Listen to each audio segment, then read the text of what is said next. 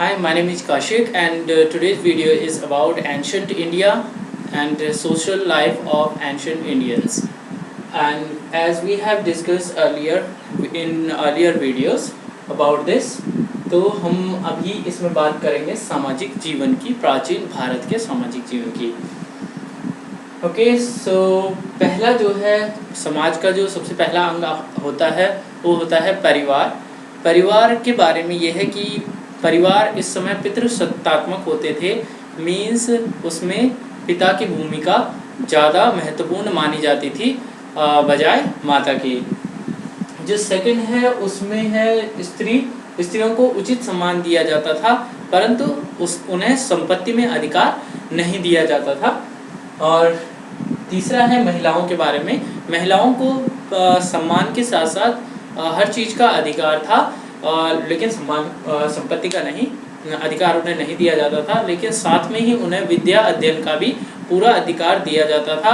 और उस समय समाज में कई सारी विदुषी महिलाएं उपस्थित थी, जिस प्रकार कुछ के नाम हैं जैसे विश्वतारा, विश्वकला और घोषा, अपाला, इन लोगों के बारे में जानकारी मिलती है। कई सारी विदुषी महिलाएं, विदुषी means intelligent and we can say बहुत विद्वान जो होते हैं उन्हें विदुषी कहा जाता है, विदुषी महिलाएं।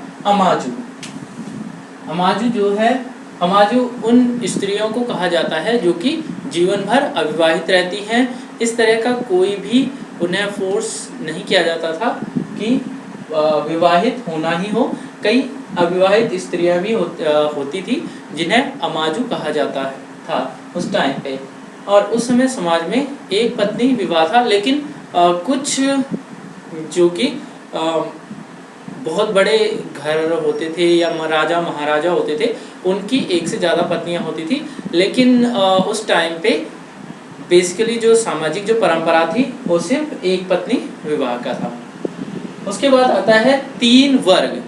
उस टाइम पे 3 वर्गों में बटा हुआ था, लेकिन जो ऋग्वेद है, ऋग्वेद के 10वें मंडल में पुरुष सूक्त में, 10वें मंडल और पुरुष सूक्त में इस बात का वर्णन मिलता है कि उस समय 4 वर्णों में समाज विभक्त था।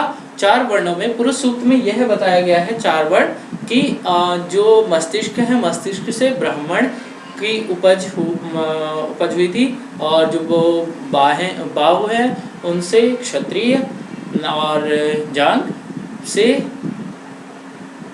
शूद्र की।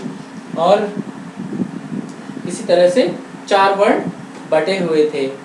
उसमें है सोम, जो मुख्य पेय था उस टाइम के लोगों का। सोम मुख्य पेय, मुख्य रूप से उस टाइम पे आर्य निवास करते थे। वेशभूषा में सूती, ऊनी और रंगीन कपड़े यूज किए जाते थे। और आभूषण में सोने, चांदी, तांबा, हाथी और कांसा के आभूषण बनाए जाते थे, जैसे सोने, चांदी, तांबा, हाथी दांत इत्यादि के आभूषण तैयार किए जाते थे उन लोगों के द्वारा और पहने जाते थे। उस समय पुरुष और स्त्री दोनों के दोनों आभूषण पहना करते थे, लेकिन उनके आभूषणों में भिन्नता पाई जाती थी।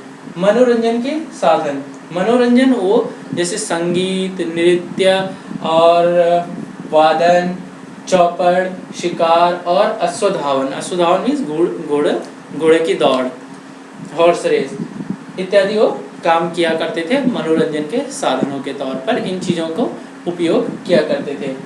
तो इसमें जो मेन है वो है ऋग्वेद का 10वां मंडल पुरुष सूक्त में 4 वर्णों के बारे में जानकारी मिलती है। ब्राह्मण, क्षत्रिय, वैश्य, शूद्र। ब्राह्मण, क्षत्रिय, वैश्य और पैरों से शूद्र की उत्पत्ति किसमें बताई गई है?